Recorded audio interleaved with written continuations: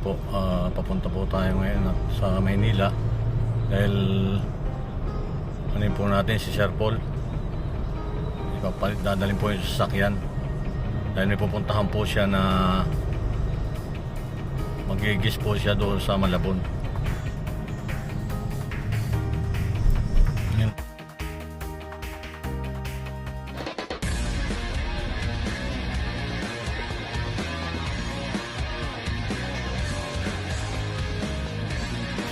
Kaya sakay dito.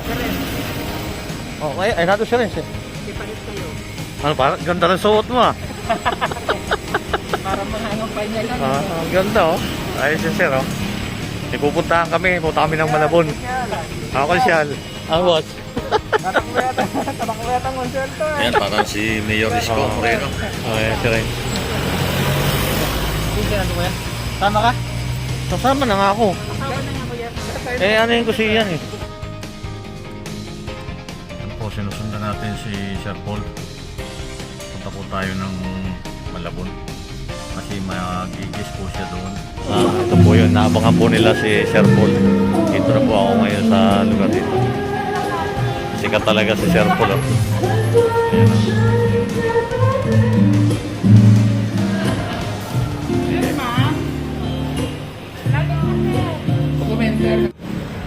Palang araw po.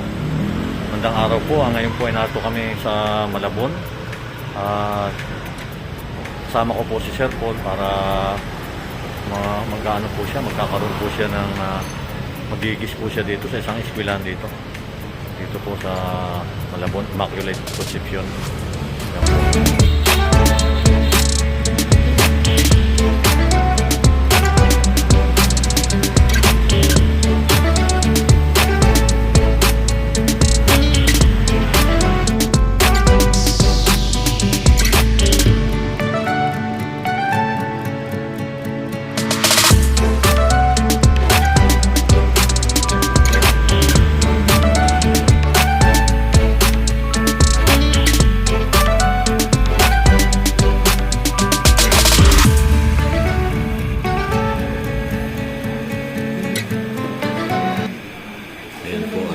Sinamahan namin si Sir Paul ng buong PB team.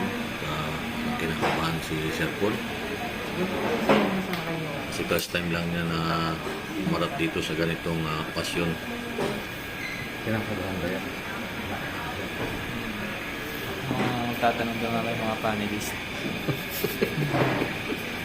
Parang ano to, presidential interview. Si Madam muna. Senatorial candidate.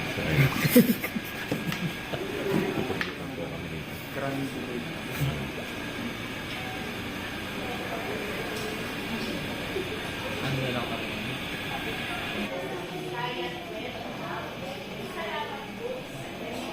Ating first guest. Okay, sino nga ba siya? First, parang papuiyan. And then of course, our first guest, eto na nga. One of the well-known charity vloggers in the Philippines. That's one. In almost 2 years, nakapagpatayo na po siya ng 18 houses for our kababayan and nakapagbigay din po ng kabuhayan para sa ating mga kapuspalad na kababayan tulad ko. However, not only that, his earnings, listen students, his earnings from his solar business po is used for charity purposes too. So wala pong, if I might think with this po, parang wala siyang nakukuha for himself, right? All for charity. All for charity. And then of course, we have our first guest. Then our first guest po is a charity vlogger and his YouTube channel, Pugong Byahero. Let us all welcome Mr. Paul Joseph de Salona. A round of applause to him. Hello, sir. Good afternoon. There, and of course, this is our first guest po for this afternoon. Good afternoon po and good afternoon din po sa mga kababayan natin na nandito at sa mga manonood po sa kanilang tahan. And who I CBS community, happy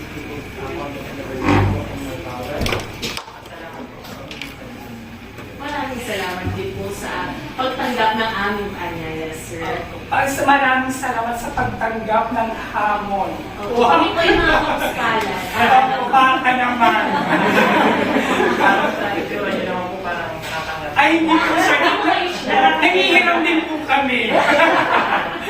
Ganun po ngayon. And of course, sir, kasi ang pangalan po ng YouTube channel ay Pugong Byahero. And then of course, our young vloggers there, they don't know what Pugong is.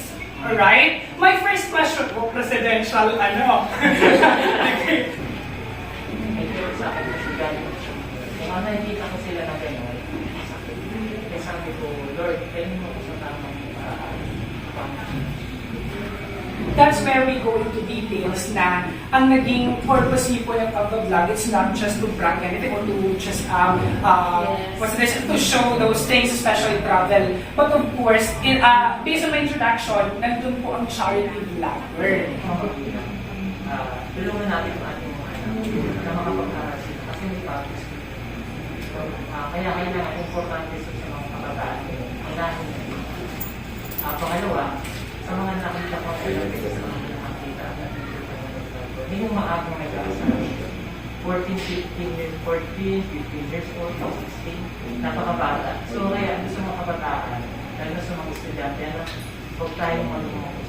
Unahin natin ang edukasyon, pakingisa pa yung mga luna. Kasi yung pinaka-importante. Kasi pag dumating tayo sa point na nandito natin, kasama pa tayo, doon tayo magpapagod. So sana yung kaya unahin ang edukasyon bago ang panandalian sa igayaman ng pag-asawa ng then later on. Very well said, sir. Actually, meron din po ako napanood na vlog ni sir about yung nasa 14 years old na mag-asawa, parang tapos nabubis na siya, nabubis na yun. And natulungan din po ni sir. And one thing kasi ang kay sir more on sa charity, ang pagtulong po talaga sa mga bata, si RJ. Yes, Right, RJ sir? yan ang gawin yung pagtulong namin sa kanila. Sana po ay patuloy nyo kaming suportahan at especially sa aming mga sponsor na walang sawang tumutulong po sa amin para magpupo natin yung pangarap natin. Magkaroon tayo ng education para lahat po ng mga kababayan natin na walang tahanan ay doon natin natin. Ayan. Maraming salamat. Maraming Pwede kong salamat halin po, mo, Sir Marvin. Opo, sir. Masyado nangangailangan po talaga ako. Hiram ko lang ang lahat. Baka naman. And that of course, ICP Shans, tulungan din po natin si sir. Kasi sa tulong po natin, makakatulong din po siya. We need to pay it forward. And again, thank you so much everyone. Maraming salamat. Maraming. More charity and Yes. po. And more subscribers. More subscribers. Okay, thank you so much po. Thank you everyone. Thank you for sir.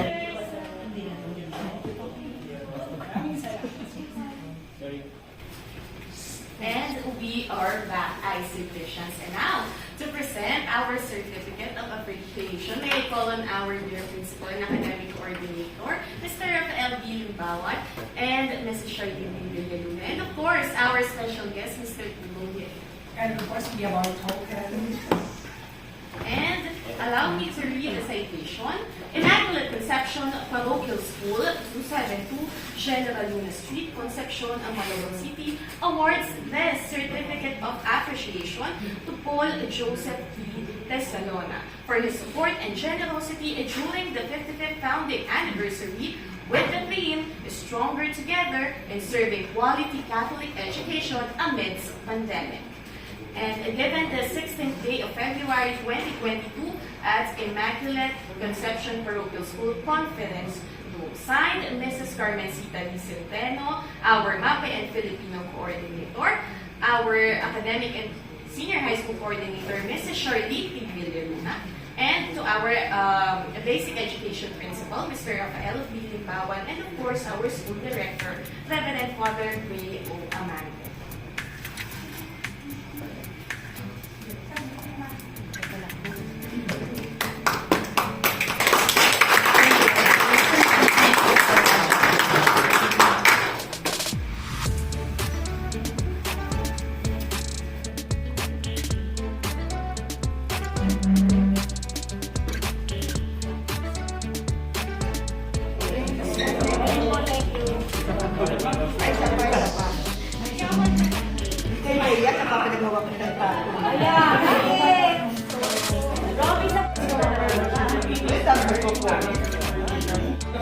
Iba talaga si Sir Paul Pinagkagulohan. Ayan.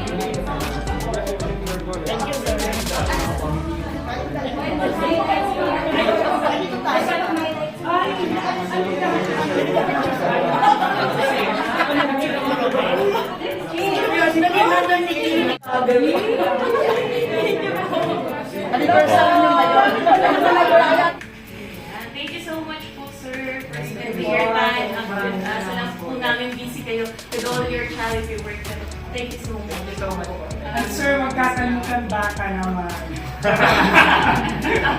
Thank you so much. Thank you. Maraming salamat.